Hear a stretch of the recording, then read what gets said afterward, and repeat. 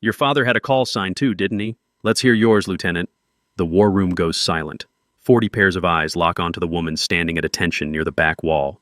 Lieutenant Commander Ava Morgan doesn't flinch. Her hands rest at her sides, fingers relaxed but precise. The kind of stillness that looks like submission but feels like a coiled spring. Admiral Knox leans back in his chair at the head of the conference table, arms crossed. He's 60-something, bald, with the kind of weathered face that's seen 3 decades of classified briefings and zero tolerance for weakness. His uniform is immaculate. 4 rows of ribbons, silver trident gleaming under the fluorescent lights. He smiles, but it doesn't reach his eyes. Well? His voice carries across the room like a challenge. We're waiting. Ava takes a breath. 4 seconds in, 4 seconds hold, 4 seconds out. Her chest rises and falls with mechanical precision. Then she speaks, voice low and steady. Shadow. The word lands like a stone dropped into still water. Ripples spread outward in the form of shifting glances, raised eyebrows, uncomfortable silence. A few of the younger officers exchange confused looks, but the older ones, the SEALs with gray at their temples and scars hidden under starched collars, go very still. One of them, a commander with salt and pepper hair sitting near the corner, straightens in his chair. His eyes widen just a fraction. Knox's smile fades. He uncrosses his arms slowly, leaning forward. Shadow. It's not a question. It's an accusation wrapped in disbelief. Ava nods once. Yes, sir. That's quite a legacy to claim. Knox's tone is shifted. The mockery is gone, replaced by something colder, something sharper. Especially for someone who just transferred in 3 days ago. The room temperature seems to drop. Ava doesn't respond. She keeps her gaze forward, not quite meeting Knox's eyes, but not avoiding them either. Military middle ground, the kind of posture that says, I'm respectful, but I'm not afraid. Major Graves, a lean intel officer in his 40s, sitting 2 seats to Knox's right, clears his throat. Shadow was the call sign of a SEAL team leader who went dark 20 years ago. Kingfisher operation. Indo-Pacific Theater. He glances at Knox.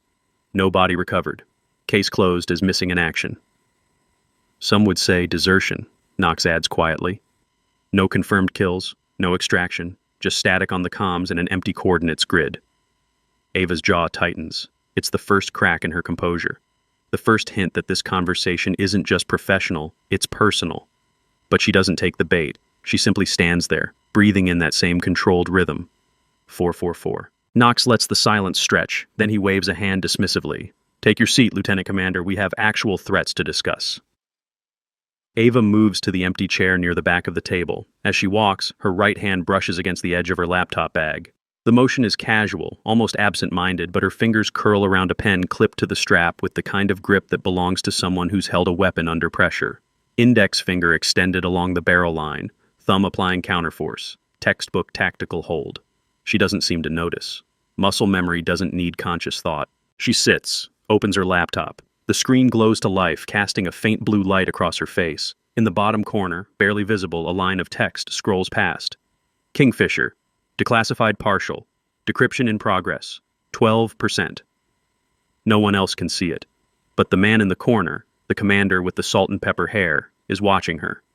His nameplate reads Harrison. He's 60, maybe older. Lines around his eyes that speak of desert sun and salt water.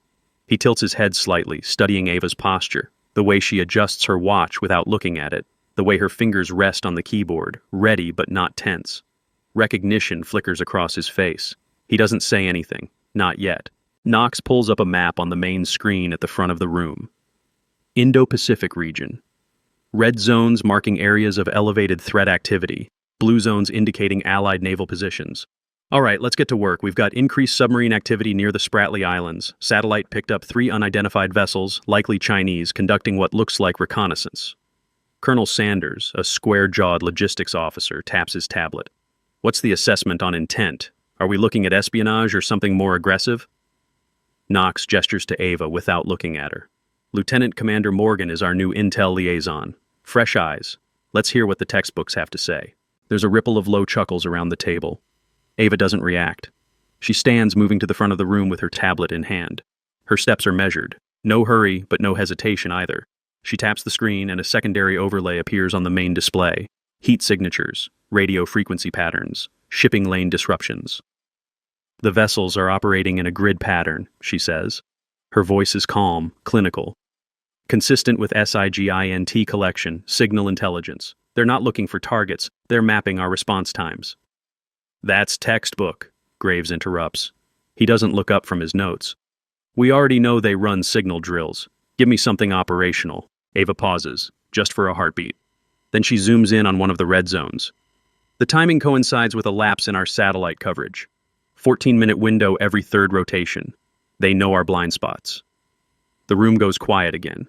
This time, it's not dismissive. It's attentive. Knox leans forward, eyes narrowing. How do you know that? Because I ran the coverage analysis against their movement logs. Ava pulls up a second screen showing overlapping timelines. They're not testing our response times. They're testing our awareness gaps. Sanders whistles low. That's a different threat level. Knox doesn't acknowledge the point. Instead, he cuts her off. Where's your source validation? I don't see clearance codes on this data. It's pending, Ava says. Pending? Graves smirks. Convenient. Ava closes her tablet and returns to her seat. She doesn't argue, doesn't defend, just sits down and goes back to her laptop, fingers moving across the keys with steady precision. The decryption progress bar in the corner ticks upward, 15%. Knox moves on. Next item. We've got chatter about potential supply chain disruptions. Graves, what's your read? The meeting continues. Ava contributes here and there, answering questions with the kind of accuracy that comes from either very good research or very deep experience.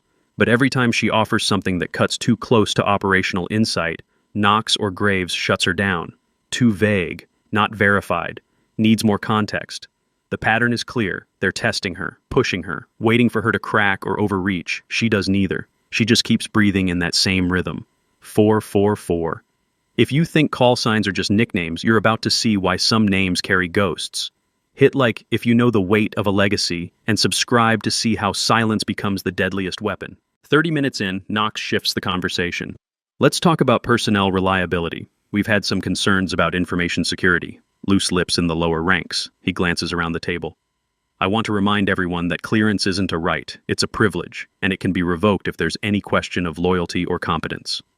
The words hang in the air. Ava's fingers pause on the keyboard, just for a second. Then she resumes typing. But Harrison, sitting in the corner, catches it. He's been watching her the whole time. The way she holds herself. The way she moves. There's something familiar about it. Something he can't quite place. Lieutenant Carter, a younger intel officer with a boyish face and nervous energy, raises his hand. Admiral, I've been cross-referencing some of the older operational archives. There's a protocol discrepancy I wanted to flag. Knox waves him off. Not now, Carter. We're focused on current threats. Carter hesitates, then nods. But as he lowers his hand, he catches Ava's eye. She gives him the smallest nod, almost imperceptible. Carter's shoulders relax slightly. He opens his own laptop and starts typing. The meeting drags on. Maps, charts, threat assessments, logistics reports. Ava contributes when asked, but she's careful. She never volunteers more than necessary, never pushes back when challenged.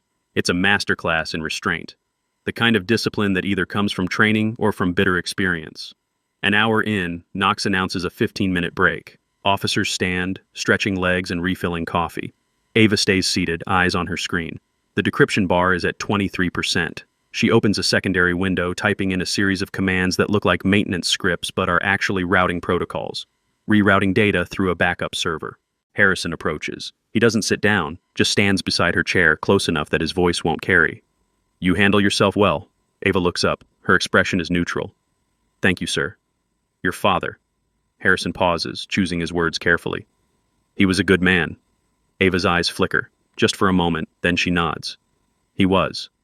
Shadow wasn't just a call sign. Harrison's voice drops even lower. It was a philosophy. Move quiet. Strike precise. Leave no trace. I'm aware, Ava says. Harrison studies her. You carry it well. Before Ava can respond, Knox's voice cuts across the room. Commander Harrison. A word. Harrison straightens, giving Ava a final glance before walking over to Knox. The two men step into the hallway, voices muted but tense. Through the glass walls of the war room, Ava can see Knox gesturing sharply. Harrison's posture is defensive but firm. They're arguing. Carter slides into the seat next to Ava. He keeps his eyes on his own screen but speaks quietly. Your decryption is running slower than expected. The archive has a secondary firewall. I can reroute through a tertiary node, but it'll take another 20 minutes. Do it, Ava says without looking at him. Carter's fingers fly across the keyboard. Lines of code scroll past. You know they're testing you, right? This whole meeting, it's not about the threat assessment. It's about seeing if you'll crack. I know. And you're just going to sit here and take it? Ava finally looks at him. Her eyes are calm, steady. Patience isn't weakness, Lieutenant. It's strategy. Carter blinks. Then he grins, just a little. Roger that. Knox and Harrison return. The Admiral's face is tight. Harrison looks like he's swallowed something bitter but necessary. They take their seats. Knox doesn't waste time. All right, let's wrap this up. Lieutenant Commander Morgan, you mentioned earlier that you were working on a threat analysis. Let's see it. Ava stands. She walks to the front again, pulling up her presentation on the main screen.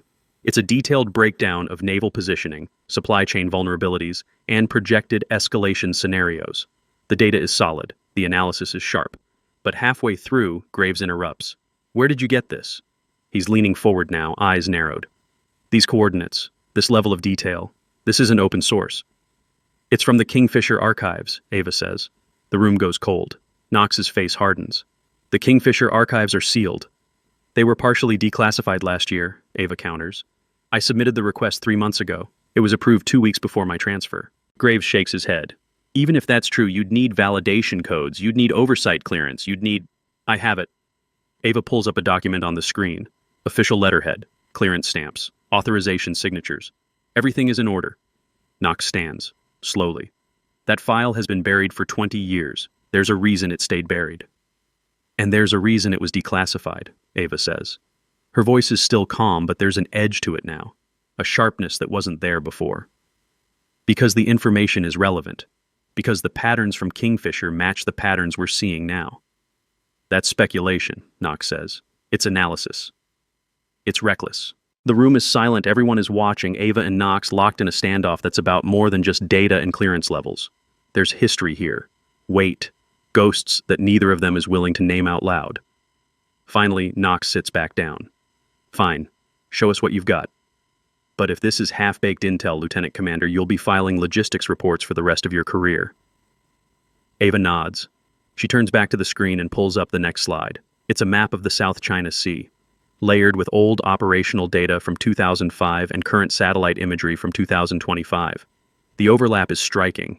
Same shipping lanes, same blind spots, same timing windows. This, Ava says, pointing to a cluster of coordinates, is where the Kingfisher team went dark. Radio silence, no extraction, no body recovery. We know the history, Graves mutters. Ava ignores him. What we didn't know until now is that the signal didn't just disappear, it was redirected. That gets their attention. Sanders leans forward. Redirected how? Through a relay station, military grade, the kind that requires authorization codes to override. Ava pulls up a schematic. Lines of communication, signal paths, a single node highlighted in red. Someone intercepted the distress call, and someone made the decision not to forward it. Knox's face is unreadable. That's a serious accusation. It's a data point, Ava says, one that's been sitting in the archives for 20 years.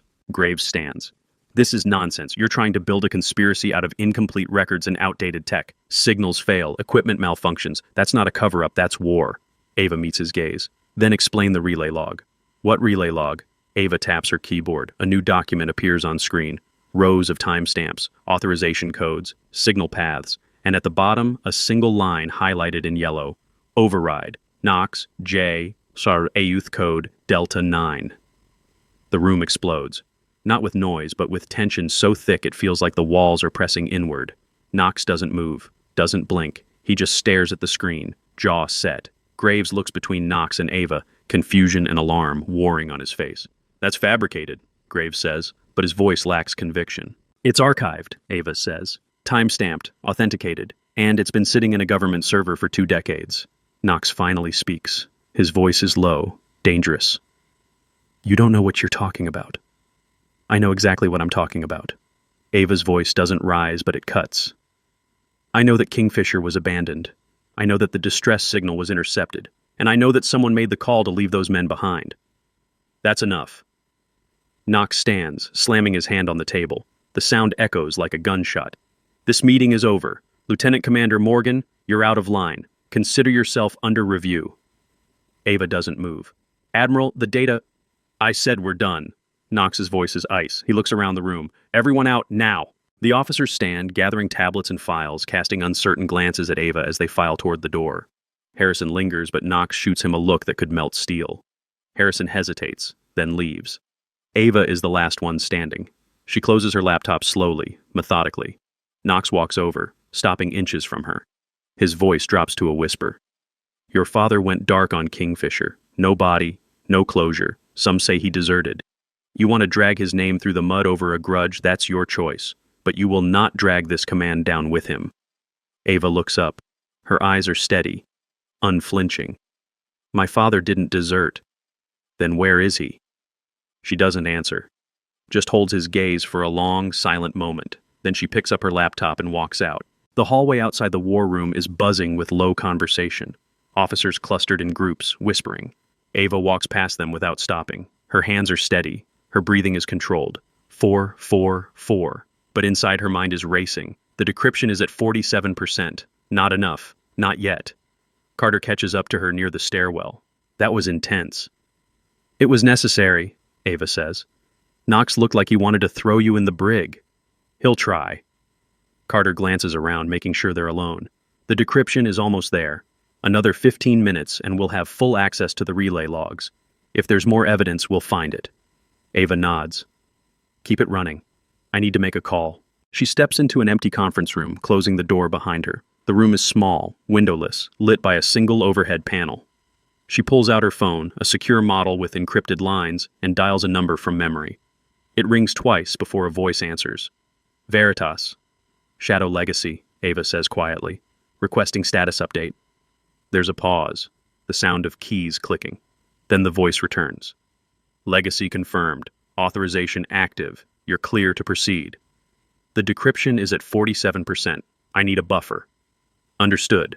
We'll route through secondary channels. You'll have 20 minutes before they can trace it. That's enough. Ava. The voice softens, just a fraction. Be careful. Knox isn't just covering his career, he's covering something bigger. I know. The line goes dead. Ava pockets the phone and returns to the hallway. Carter is waiting, laptop open, fingers flying across the keyboard. We've got a problem. What kind? The decryption hit a corrupted sector. The archive file is damaged. Partial data loss. Ava's stomach tightens. How much? Hard to say. Could be 10%. Could be 30%.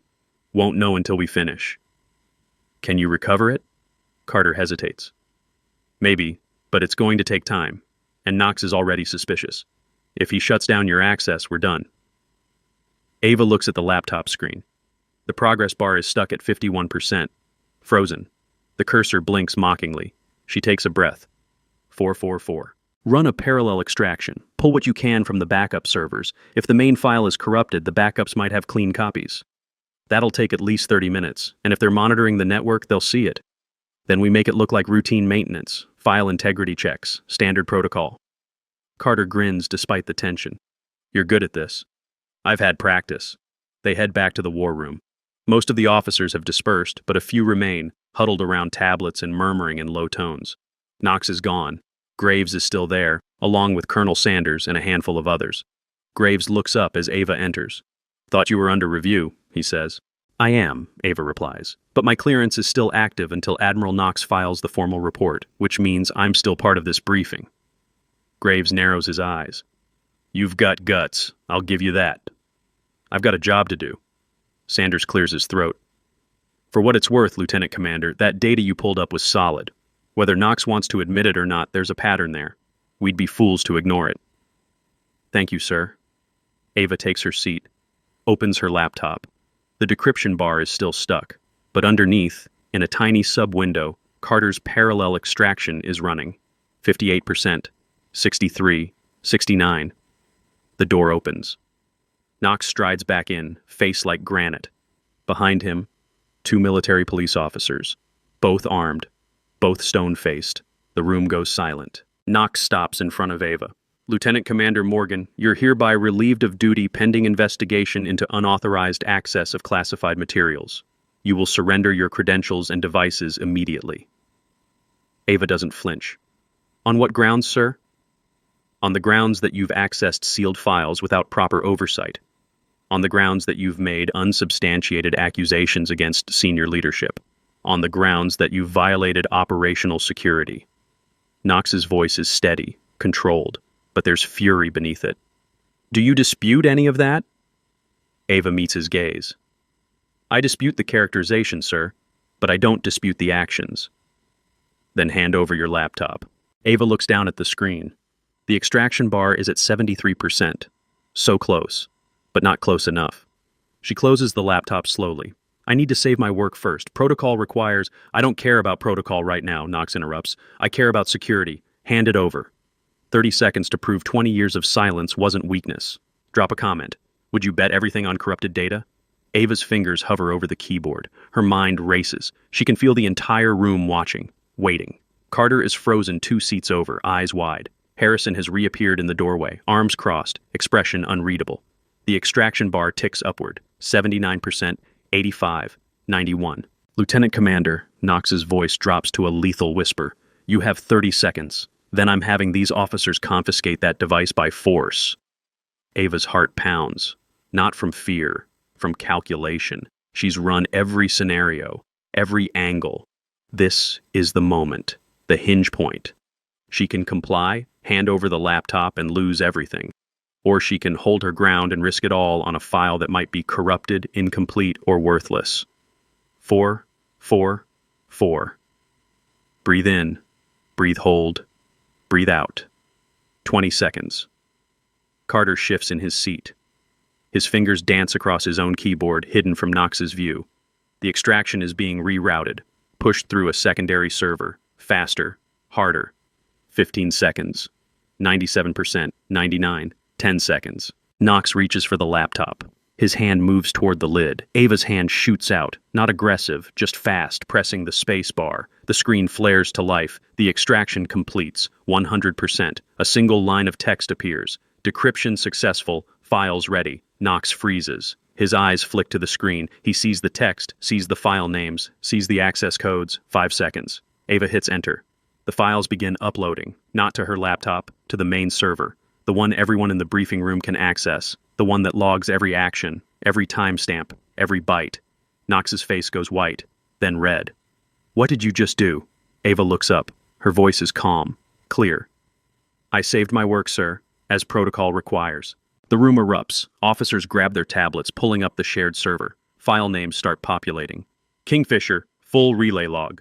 Shadow 1, extraction denied. Override authorization, Knox J.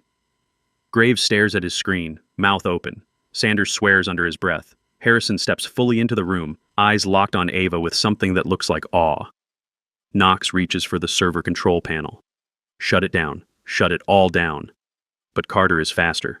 His fingers fly across his keyboard, locking the files, making them read-only. Broadcast status. Too late, Admiral. It's already distributed. Every terminal in this building has access. Knox turns on Carter, fury blazing. You're finished, Lieutenant. Maybe, Carter says. His voice shakes, but he doesn't back down. But the truth is out. Knox's hand hovers over the panic button, the one that would trigger a full network lockdown, but he doesn't press it, because everyone in the room is watching, waiting. And if he shuts it down now, it'll look like a cover-up.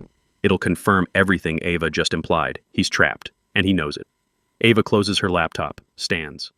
Admiral, I'll surrender my device now, but the data is already on the server, authenticated, time-stamped, available for review.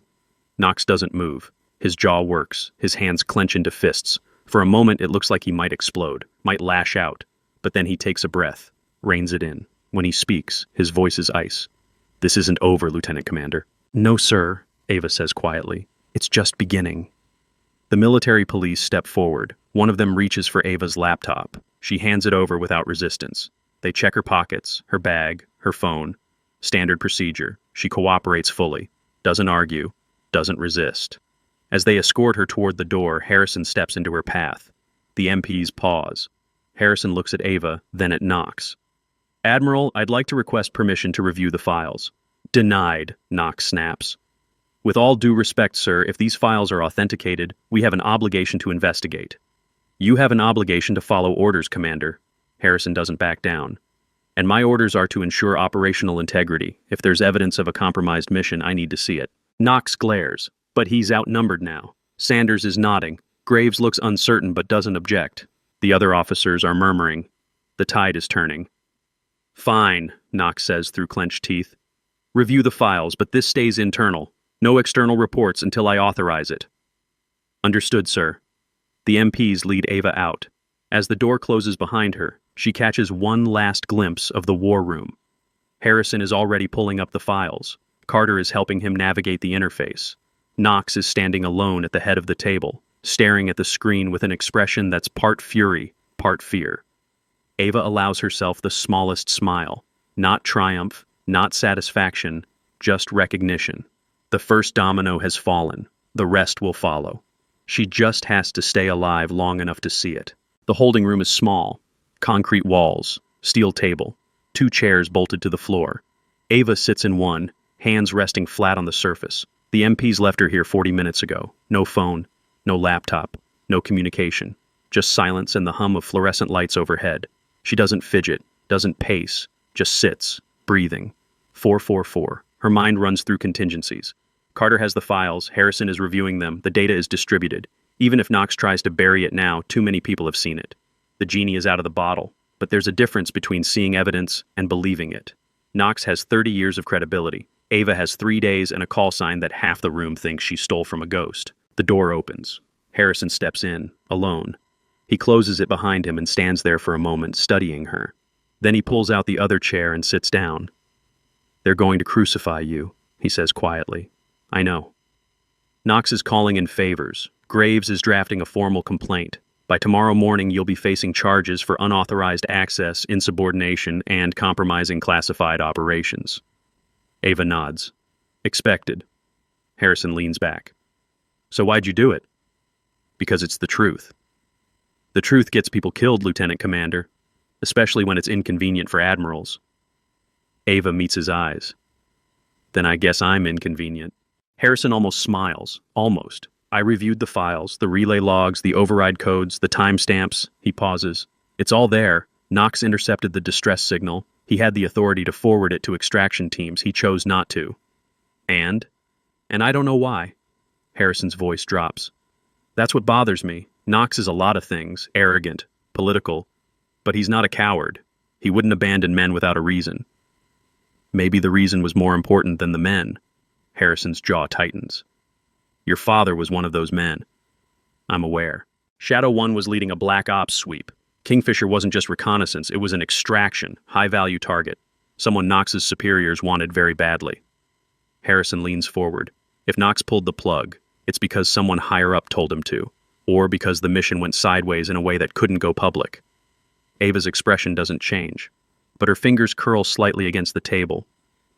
You think my father compromised the mission? I think your father did his job, but I also think something happened out there that Knox has been covering up for 20 years, and I think you just forced his hand. Before Ava can respond, the door opens again. Carter steps in, slightly out of breath, tablet in hand. Commander, you need to see this. Harrison stands. What is it? Carter places the tablet on the table. The screen shows a live feed of the war room. Knox is standing at the front, addressing a smaller group now. Just senior officers. Graves, Sanders, and a few others. The audio is muted, but the body language is clear. Knox is on the defensive. Carter, where did you get this feed? Harrison's voice is sharp. The system automatically archives all briefing sessions. It's standard protocol for operational continuity. Carter taps the screen. But that's not the important part. Watch. He unmutes the audio. Knox's voice fills the room, tense and clipped. Lieutenant Commander Morgan has overstepped. She's accessed sealed files without proper authorization. She's made accusations that undermine command integrity. This is a textbook case of insubordination driven by personal vendetta. Graves nods. Agreed. Her father's disappearance has clearly compromised her judgment. But Sanders shakes his head. That doesn't explain the relay logs, Admiral. The override code is authenticated. The timestamps match. Either someone fabricated that data 20 years ago, or the distress call was intercepted exactly the way she said. Knox's face hardens. The logs are incomplete, corrupted. They don't show the full operational context. Then show us the full context, Harrison's voice comes through the speakers. He must have rejoined the meeting. If there's more to the story, Admiral, now's the time. Knox turns, and even through the screen, the tension is palpable. The full context is classified above your clearance, Commander. My clearance is top secret SCI, same as yours. Not for this. The room on the screen goes silent. Sanders exchanges a glance with Graves. Harrison stands very still. Then he speaks, voice low but carrying. Admiral, if you're claiming special access protocols, you need to provide justification. Otherwise, it looks like you're hiding something. Knox's jaw works. He's trapped again. If he provides the justification, he reveals whatever he's been covering. If he doesn't, he looks guilty. The silence stretches. 10 seconds. 15. Finally, Knox speaks. This meeting is over. Commander Harrison, Lieutenant Carter, you're both dismissed. Sir, that's an order. The feed cuts to black. Carter looks at Ava. He's going to bury this. He'll classify everything under national security and lock it down so tight nobody can touch it. Harrison crosses his arms. Not if the data is already distributed. He can still pull rank, seize the servers, claim operational security. Then we need to move faster than he does. Harrison looks at Ava. You said the decryption pulled full relay logs. What else is in there? Ava hesitates. Then she decides. Trust is a weapon. Time to use it. There's a beacon. Harrison blinks. What? The Kingfisher files don't just have the relay logs. They have the original distress signal. And embedded in that signal is a locator beacon, military grade, the kind that stays active for decades if it has a power source. Carter's eyes widen. You're saying Shadow 1 is still transmitting? I'm saying the beacon is still transmitting. Whether anyone is alive to maintain it is another question. Harrison leans against the wall, processing. If there's an active beacon, we can triangulate coordinates, run a satellite sweep, confirm whether it's a false signal or something real. It's real. Ava's voice is quiet, but certain. I've been tracking it for 3 months. Weak signal, intermittent, but consistent. Someone is keeping it alive. Your father. Maybe. Or someone who knows what happened to him. Harrison pulls out his phone. Encrypted model. He dials a number, waits. This is Commander Harrison. Authorization code Tango 79er. I need immediate access to satellite imaging for the following coordinates. He pauses, listening. Then he rattles off a string of numbers. Latitude, longitude, elevation, Ava's coordinates, the ones she's been watching for months. Harrison ends the call. We'll have imaging in 20 minutes. If there's something out there, we'll see it. Knox will shut it down the moment he hears about it, Carter says. Then we make sure he doesn't hear about it until it's too late. Harrison looks at Ava. You've got one shot at this, Lieutenant Commander. If that beacon is real, if there's evidence that Shadow 1 survived, it changes everything. But if it's a dead end, Knox will use it to prove you're chasing ghosts. Ava stands. It's not a dead end. You sure? I've spent 20 years preparing for this moment, Commander, I'm sure. Harrison nods slowly, then he turns to Carter. Get me that satellite data the second it comes in, and lock down the files. I don't want anyone accessing them until I say so. Roger that. The door opens. One of the MPs steps in. Commander, Admiral Knox is asking for Lieutenant Commander Morgan. Tell him she's being debriefed. He said immediately, sir. Harrison's expression doesn't change. And I said she's being debriefed. He can file a complaint if he has an issue. The MP hesitates, then nods and steps back out. Harrison looks at Ava. You've got 20 minutes before Knox escalates this. Use them wisely. Ava doesn't waste time. She pulls Carter aside. The decryption pulled more than just the relay logs. There's a secondary file, mission parameters, target profiles, rules of engagement. It's all there. Carter pulls up his tablet, fingers flying. I see it. Encrypted tertiary layer. I can crack it, but it'll take time. You've got 15 minutes. That's not enough. Make it enough. Carter swears under his breath, then gets to work. Harrison watches, arms crossed. You're playing a dangerous game, Lieutenant Commander. If this goes sideways, you're not just losing your career, you're losing your freedom. I lost my father 20 years ago, Commander. Everything since then has been borrowed time. Harrison's expression softens. Just a fraction. He'd be proud of you. Shadow, the real one. He'd be proud. Ava's throat tightens. She doesn't trust herself to speak, so she just nods. 10 minutes later, Carter looks up. I've got it. Partial decryption. Enough to see the mission brief. He turns the tablet so they can all see. The screen shows a document header. Operation Kingfisher. Classified. Eyes only. Harrison reads aloud.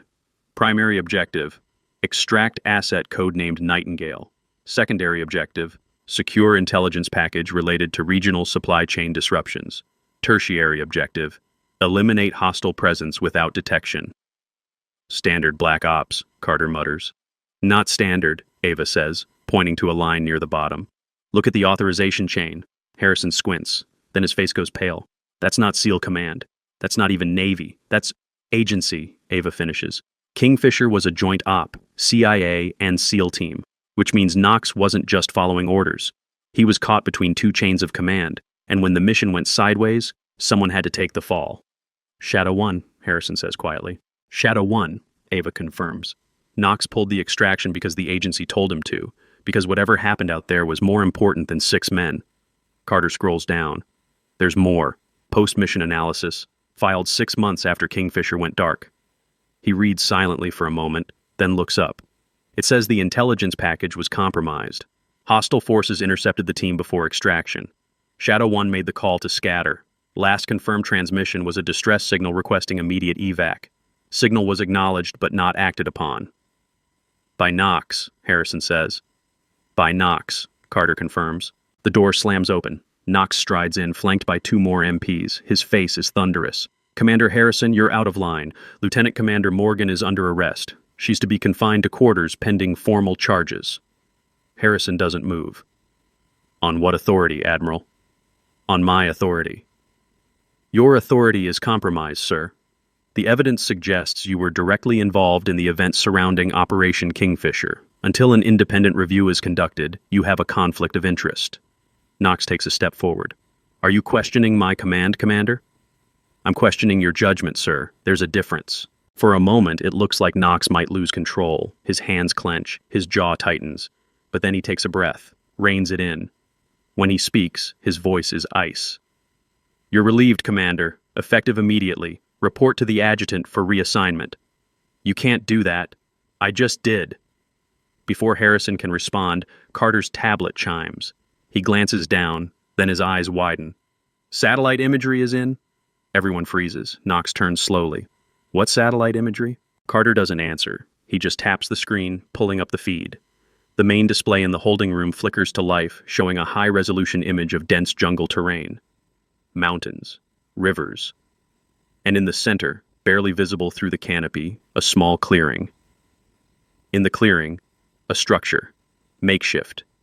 Camouflaged, but unmistakably man-made. And next to the structure, blinking faintly on the infrared overlay, a heat signature. Small. Steady. Active. Harrison steps closer to the screen. What is that? Carter zooms in. The heat signature resolves into a pattern. Not random. Not natural. It's a beacon. Transmitting in pulses. 4 seconds on. 4 seconds off. 4 seconds on. Ava's breath catches. 444. The same rhythm she's been breathing for 20 years. The rhythm her father taught her when she was 6 years old. The rhythm that saved her life a dozen times in training. The rhythm that's kept her sane through 2 decades of not knowing. That's Shadow 1, she whispers. Knox's face drains of color. He stares at the screen, then at Ava, then back at the screen. That's impossible. The mission was 20 years ago. No one survives that long in hostile territory. Someone did, Harrison says. His voice is hard now, unyielding. And you left him there. Knox doesn't respond. Can't respond. Because the evidence is right there. Undeniable. Broadcast on a screen for everyone to see. The beacon. The heat signature. The proof that Shadow 1 didn't die. Didn't desert. Didn't disappear. He was left behind. Abandoned. And he's been waiting. For 20 years. Ava steps forward. Her voice is steady, but there's an edge to it now. An edge that's been building for 2 decades. Admiral Knox, I'm formally requesting permission to lead an extraction team. The beacon is active. The coordinates are confirmed. We have a window of opportunity. Knox shakes his head. Denied. Sir, I said denied. Knox's voice cracks. Just a little. Just enough to show the fear underneath. That area is hostile. We don't have assets in position. We don't have clearance from local authorities. It's a suicide mission. It's a rescue mission, Ava counters. It's a fantasy. Knox points at the screen. That beacon could be automated. It could be a trap. It could be anything except what you want it to be. I'm not sending men into an operational black hole based on wishful thinking. Harrison steps between them. Admiral, with all due respect, this isn't your call anymore. The evidence suggests you have a personal stake in keeping this buried, which means you're compromised. Standard protocol requires an independent review board. Knox's eyes flash. You're out of line, Commander. No, sir. I'm doing my job, which is protecting the integrity of this command. And right now, that means removing you from the decision-making process. The room goes silent. The MPs shift uncomfortably. Carter is frozen, tablet in hand, watching the confrontation like it's a live grenade. Ava stands perfectly still, every muscle coiled, waiting. Knox's hand moves toward his phone. Harrison's hand moves toward his sidearm. Not drawing, just resting. A message. A line. Don't, Harrison says quietly. Don't make this worse than it already is. Knox hesitates. Then his hand drops. His shoulders sag. For the first time, he looks old, tired, defeated. You don't understand what you're doing. The agency will bury all of you. They'll classify this so deep you'll never see daylight again. Then we'll deal with the agency, Harrison says. But first we're dealing with this. He turns to one of the MPs. Contact Captain Rodriguez. Tell her I need an extraction team prepped and ready to deploy within 6 hours. Full combat load, jungle environment, hostile territory. The MP blinks. Sir, Admiral Knox is relieved of command pending review, Harrison finishes. I'm taking operational authority under emergency protocols. Anyone who has a problem with that can file a complaint after we bring Shadow 1 home. The MP hesitates, then nods and steps out. The other MP stays, hand on his sidearm, watching Knox, making sure he doesn't do anything stupid. Knox looks at Ava, really looks at her, and for a moment, the mask slips. She sees guilt, regret, fear. He was my friend, Knox says quietly. Shadow. We served together, trained together. I didn't want to leave him. But you did, Ava says. I had orders. You had a choice. Knox shakes his head. No, I didn't. And neither will you when the agency comes calling. They'll give you the same choice I had. Sacrifice one to save many. And you'll make the same decision.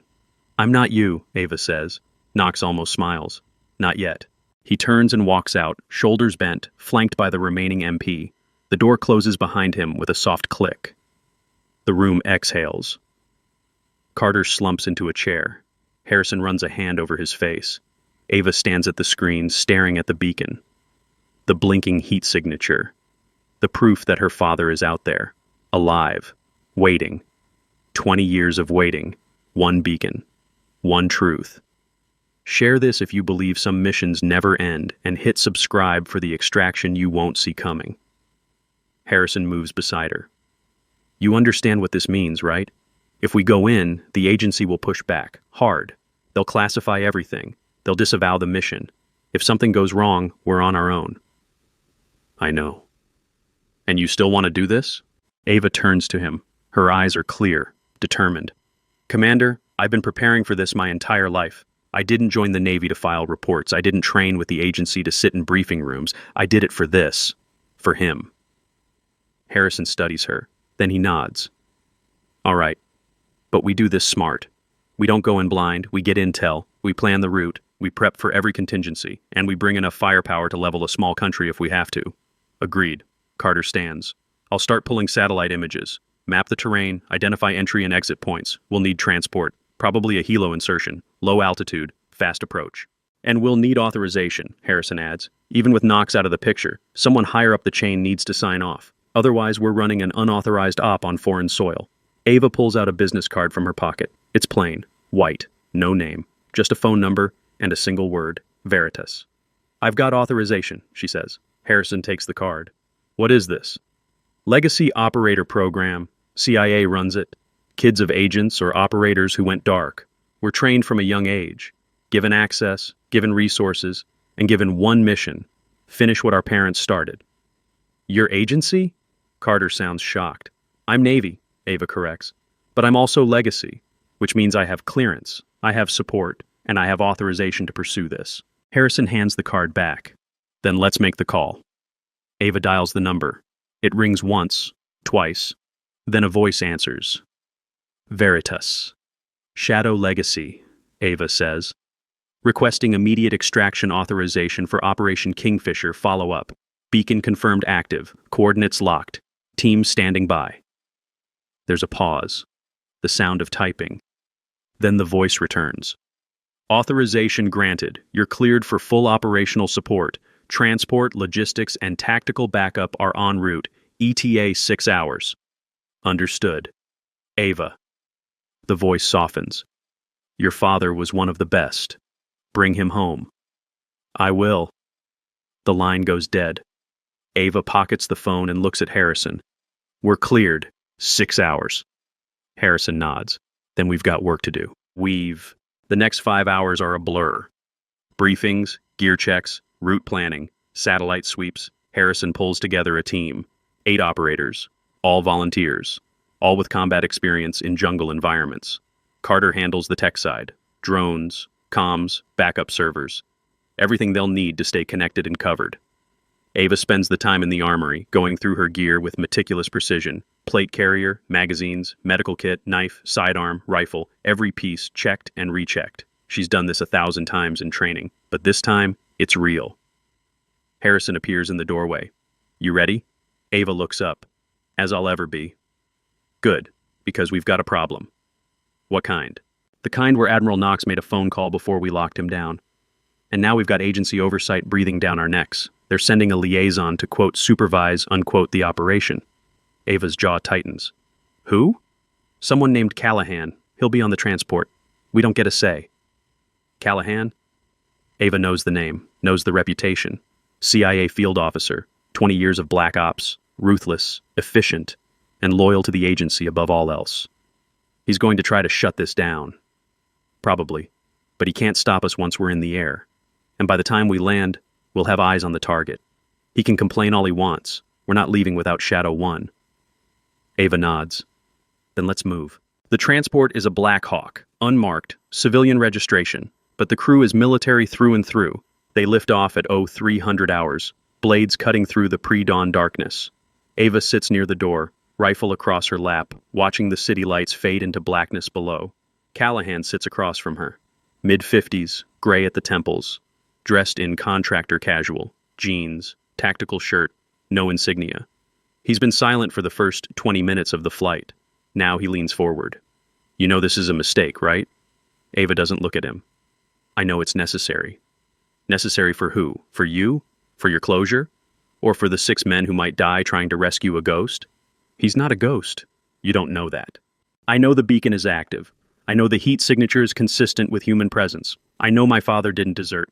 Callahan sits back. Your father was a good operator, one of the best, but good operators die in the field all the time. That's the job. Then why did Knox pull the extraction? Because the mission parameters changed. Because the intelligence package was compromised. Because 6 men weren't worth starting an international incident. 6 men, Ava repeats. Her voice is cold. That's what they were to you. Numbers, assets, expendable. That's what they were to the mission, to the larger objective. Yes. Callahan's eyes are hard. You want to hate me for that? Go ahead. But don't pretend you're any different. Your legacy, you've been trained the same way, to prioritize the mission over the individual, to make the hard calls. Ava finally looks at him. The difference is, I'm making the call to bring him home. Even if it means putting 8 more lives at risk, they volunteered. Because you inspired them, because you made them believe this is about honor and loyalty. But it's not. It's about you needing to know, needing to close a wound that's been open for 20 years. And that's a selfish reason to risk lives. Harrison, sitting 2 seats over, speaks up. With all due respect, Callahan, you can save the moral lecture. We're doing this. You can help or you can stay on the bird. Your call. Callahan smiles. It's not a friendly smile. I'll stay. Someone needs to document this disaster when it all goes sideways.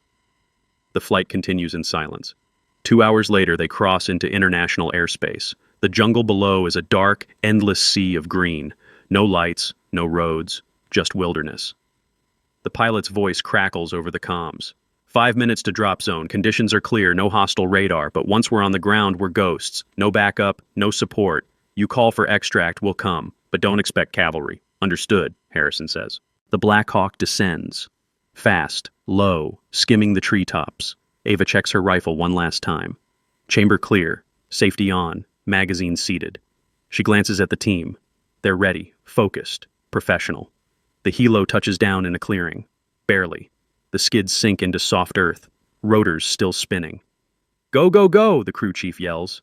They're out in seconds. Boots on ground, rifles up, perimeter established. The Black Hawk lifts off, disappearing into the night, and then it's just them. 8 operators, 1 agency liaison, and a jungle that hasn't seen friendly forces in 20 years. Harrison takes point.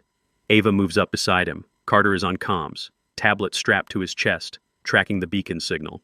Signal is strong, 2 clicks northeast. Terrain is rough, expect slow movement.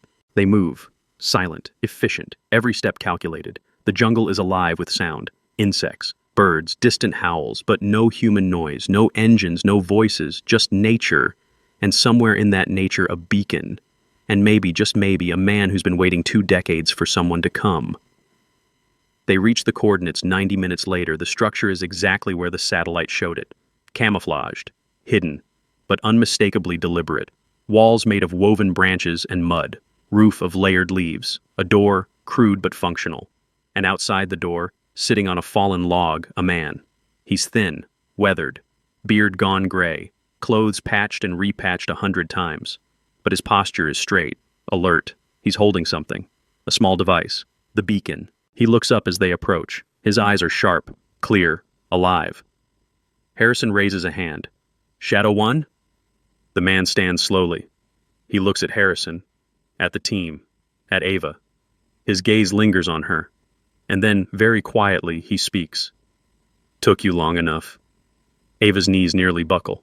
That voice, older, rougher, but unmistakable. She takes a step forward, then another. Dad? The man's face cracks, not quite a smile, more like disbelief mixed with relief. Ava? She closes the distance, stops 3 feet away, doesn't touch him, not yet, because she needs to be sure, needs to know this is real. It's me. Her father, Shadow 1, looks at her for a long moment. Then he lifts his left sleeve, reveals a tattoo, faded but clear, a trident, the word shadow, and coordinates. The same coordinates tattooed on Ava's arm. You got the ink, he says. I got the ink. And then he pulls her into a hug. Not gentle, not soft. A grip that says, I'm real, I'm here, I'm alive. Ava hugs back, hard, feeling 20 years of grief and rage and hope crash over her like a wave. Harrison steps forward. Sir, we need to move. Hostile forces could be in the area. We have a limited window. Shadow 1 releases Ava, nodding. Understood, but there's something you need to know. I'm not alone. What? Shadow 1 gestures toward the structure. Tower 4. There are 3 others, Chinese defectors, high-value assets. They've been here as long as I have. Knox didn't pull the extraction because of me. He pulled it because of them, because bringing them out meant exposing agency operations in this region, so they left us all. Harrison swears under his breath. How many? 3. They're inside, weak, but alive. Can they move? They'll have to. Callahan steps forward. This changes everything. If we extract Chinese nationals, it's an international incident. The agency will disavow. We'll be hung out to dry. Shadow 1 looks at him. Then I guess you've got a choice to make. Same one Knox had 20 years ago, sacrifice the few to protect the many, or do the right thing. Callahan's face hardens, but he doesn't argue, because he knows Shadow 1 is right, and he knows they're not leaving without all 4. They extract the defectors, 3 men, all in their 50s, weak from malnutrition but alert. The team distributes water, rations, medical supplies. Then they move, fast, covering ground toward the extraction point. The jungle is unforgiving, roots, vines, mud, but they push through. Shadow 1 keeps pace, moving with the kind of efficiency that comes from muscle memory. Even after 20 years, he's still a SEAL. They reach the extraction point 40 minutes later. The Black Hawk is already inbound, ETA 3 minutes. Harrison sets the perimeter. Ava stays close to her father. They haven't spoken much, just moved. But now, in the brief lull, he looks at her. You did good, kid. Real good. I just followed the breadcrumbs you left. The beacon, the breathing, the grip. I knew you'd figure it out. Knew you'd come. Why didn't you make contact sooner? Why wait 20 years? Shadow 1's face darkens. Because Tower 4 is bigger than one extraction. It's an entire network. Defectors, assets, intelligence. Knox knew about it. The agency knew about it. And they buried it because exposing it would compromise operations across 3 countries. I stayed here to protect them, to keep the network alive. If I'd surfaced, the agency would have shut it down, disappeared everyone involved. So you sacrificed yourself. I sacrificed my freedom, not my life. There's a difference. He looks at the defectors, huddled near the tree line. They deserve better than being pawns in someone else's game. Now maybe they'll get it. The Black Hawk descends, rotors thrumming. Ava helps load the defectors. Shadow One climbs in last. As the helo lifts off, he looks back at the jungle. At the structure. At 20 years of isolation disappearing below. Ava sits beside him. What happens now? Now we face the fallout.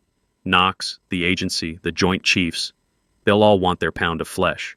But we've got the proof, the beacon, the defectors, the truth. And truth is a hell of a weapon when you know how to wield it. The flight back is quiet, but it's not the silence of defeat. It's the silence of resolution, of a mission completed, of a promise kept. They land at 0700 hours. A crowd is waiting.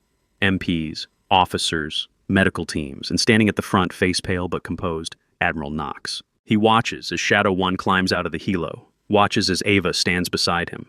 And for a moment, the two men just stare at each other. 20 years of guilt and anger and regret compressed into a single look.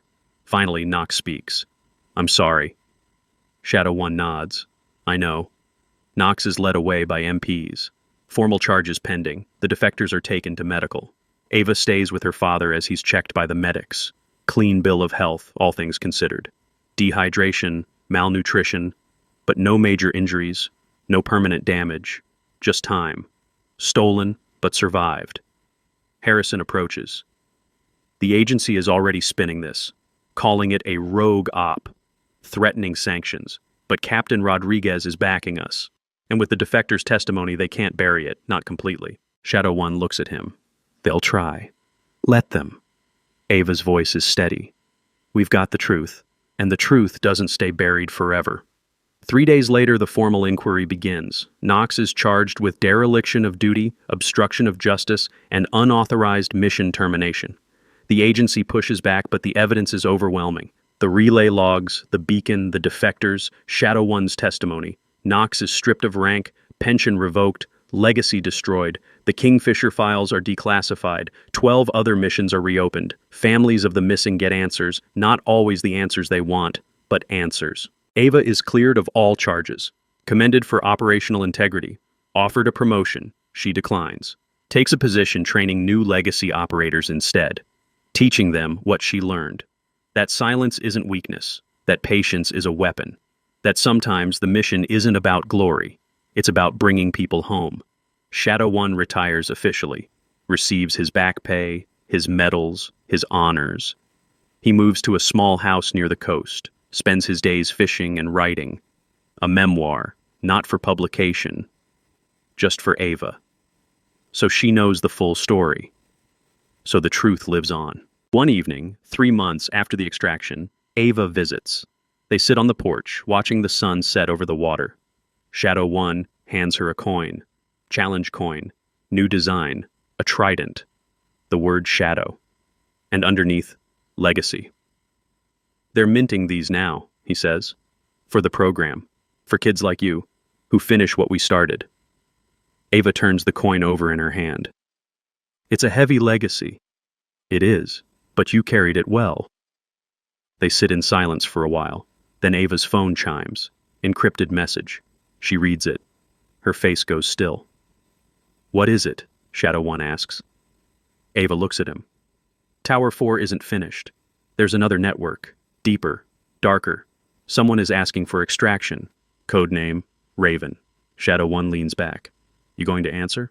Ava pockets the phone, looks out at the ocean, the horizon, the endless expanse of water and sky.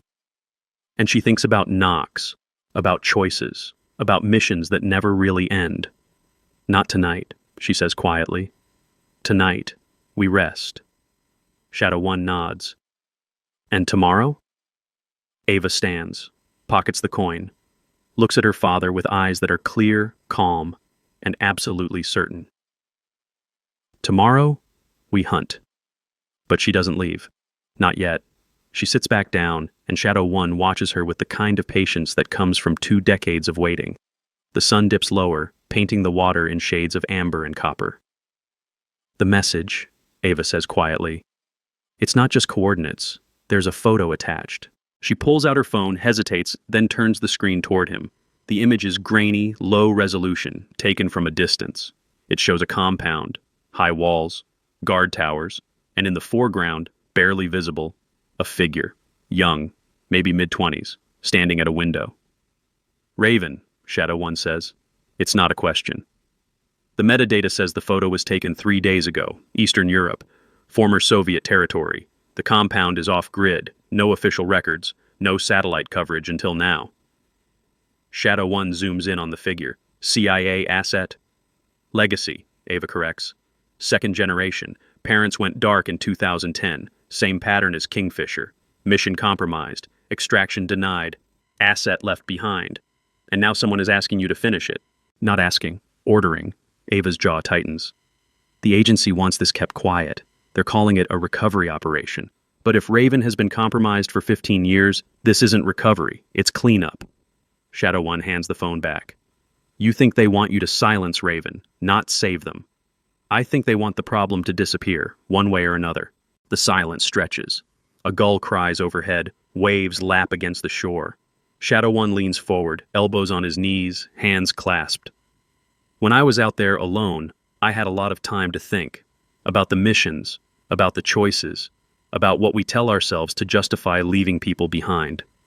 He looks at her. Knox wasn't evil. He was scared. Scared of the consequences, scared of the fallout. So he made the safe choice, the political choice, and 6 men paid the price. You're saying I should go. I'm saying you should decide what kind of operator you want to be, the kind who follows orders, or the kind who does what's right even when it's hard. Ava looks down at the coin in her hand. The trident catches the dying light. What if I can't save them? What if I get there and it's already too late? Then you tried. That's more than most people get. She closes her fist around the coin. And if the agency pushes back? If they classify it?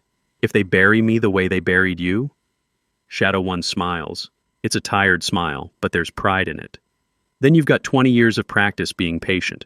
And when the time is right, you'll surface. Just like I did. Ava stands again, this time for real. She slips the coin into her pocket, feeling its weight settle next to her phone. 2 legacies. 2 choices. Past and future, pressed together. I'll need a team, she says. Harrison will go, Carter too. They proved themselves. And you? Shadow 1 shakes his head. My hunting days are over, kid. This one's yours. But I'll be here, watching the beacon, keeping the light on. He taps his chest over his heart. 444. Remember that. When things get dark, breathe. When you're scared, breathe. When you think you can't go on, breathe. Ava nods. She moves toward the steps, then pauses.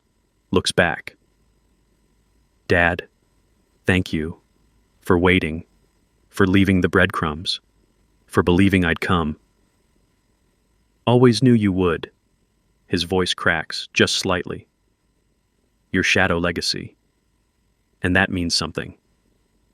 She descends the steps, boots crunching on gravel. Behind her, Shadow 1 watches until her truck disappears down the coast road. Then he looks back at the ocean, at the horizon, at the place where water meets sky. Somewhere out there, another beacon is waiting. Another shadow is counting the days. And tomorrow, his daughter will start hunting again. But tonight, for the first time in 20 years, both of them can rest. Justice isn't loud. It's patient. And it's coming.